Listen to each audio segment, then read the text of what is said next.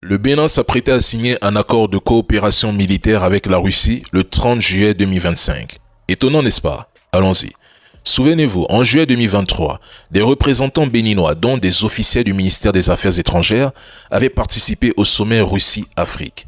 Lors de cette rencontre, des discussions avaient été engagées avec Moscou sur la sécurité régionale. Puis, le 27 septembre 2024, le navire d'entraînement russe Svolny de la flotte de la Baltique arriva au port autonome de Cotonou pour une visite d'amitié. Derrière les échanges officiels, des entretiens privés eurent lieu, débouchant sur une volonté claire de Cotonou de coopérer avec la Russie pour moderniser son armée. À la même période, attention, le Togo annonçait lui aussi un accord militaire avec Moscou.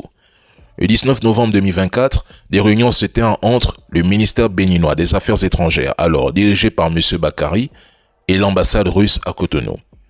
Ces échanges portaient sur la modernisation des forces armées béninoises et la lutte contre les terreaux.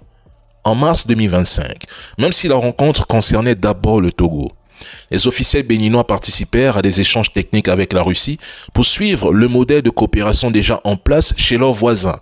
Mais à peine un mois plus tard, survint l'attaque du 17 avril 2025 qui coûta la vie à plus de 70 militaires béninois.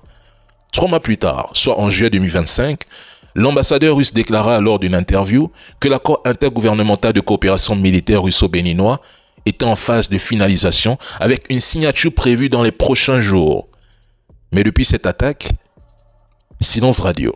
La Russie n'est pas notre sauveur et il devient épuisant de voir certains nous le rappeler comme si nous étions encore des Africains naïfs. 1. Lors de la mort de Kadhafi, ce n'était pas Vladimir Poutine, mais Medvedev qui était président de la Russie. Les deux hommes avaient des visions très différentes. Medvedev, aujourd'hui radicalisé sur le dossier ukrainien, avait à l'époque une posture libérale et moins interventionniste que celle de Poutine. 2. En 2006, au moment de la mort de Saddam Hussein, la Russie dirigée par Poutine sortait tout juste de la longue période de déclin post-soviétique. Le pays était en phase de reconstruction militaire et politique. Il n'avait ni les moyens militaires, ni la volonté politique de s'opposer à l'intervention américaine en Irak. 3. À l'exception de l'Alaska, annexé pour des raisons économiques et stratégiques, l'Empire russe a colonisé essentiellement des territoires voisins par voie terrestre comme la Sibérie, le Caucase, l'Asie centrale, avec pour objectif de sécuriser ses frontières, exploiter les ressources locales et intégrer ces régions dans un empire cohérent imposant au passage sa culture.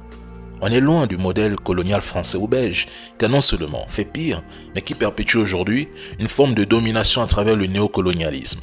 4. Concernant Bachar al-Assad, il faut rappeler qu'il n'existait aucun traité d'assistance mutuelle qui obligeait la Russie à intervenir en cas de chute de son régime.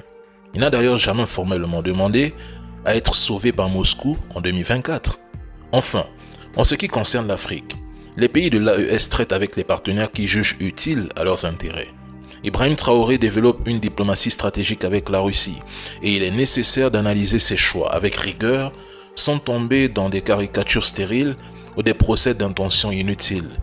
Il y a l'Égypte, l'Éthiopie, l'Afrique du Sud, le Mali, le Burkina, le Niger, l'Érythrée, le Sao Tomé et Principe, la liste est longue. Combien de pays en Afrique ont une coopération militaire avec la Russie? Plus de 40. Et pourquoi vous ciblez uniquement l'AES? C'est une relation historique. D'évoquer l'unité africaine. Que fait-on des dirigeants qui transforment leur pays en base arrière pour les terreaux afin de déstabiliser leurs voisins? D'autres soutiennent la partition, la fragmentation à travers des accords bidons. Ils appuient des groupes terreaux, encouragent la sécession, la rébellion, imposent des sanctions à leurs voisins sous la pression de la métropole. Ils s'ingèrent même dans les affaires internes d'autres États. Une Afrique où critiquer un dirigeant suffit à ce qu'on vous rappelle que vous êtes étranger et que vous n'avez pas à vous mêler des affaires dans notre pays. Une Afrique où certains se disent panafricanistes tant qu'ils sont dans l'opposition. Mais une fois au pouvoir, prônent un panafricanisme dit modéré et un nationalisme de façade, tout pour leurs intérêts. Une Afrique où déstabiliser ou balkaniser son voisin pour avoir le contrôle de ses richesses est un droit et un devoir.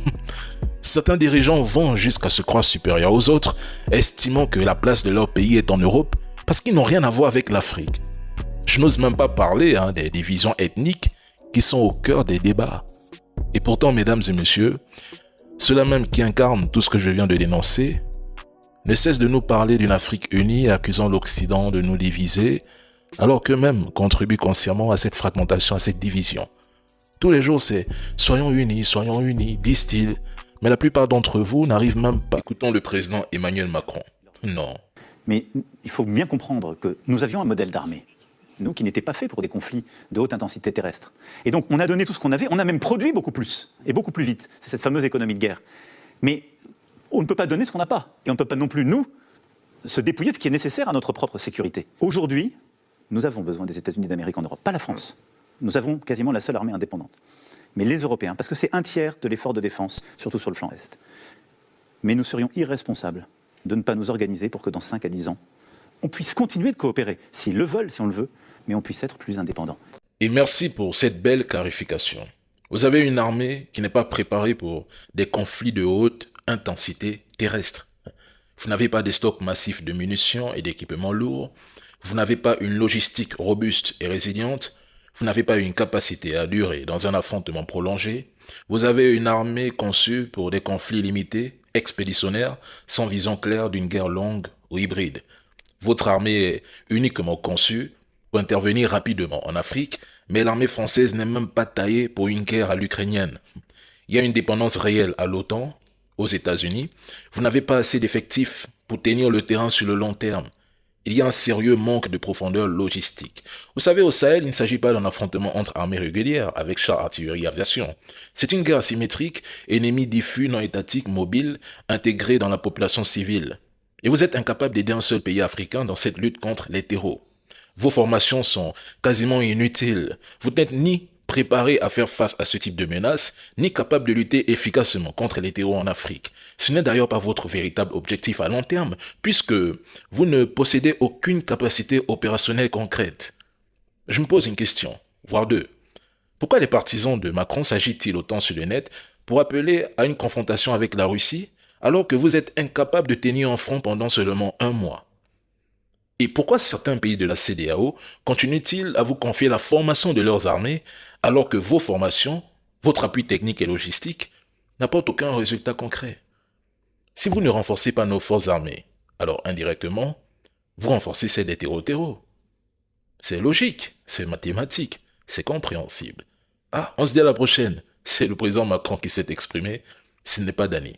Nous, on argumente simplement ce qui vient de nous balancer en pleine figure. See you.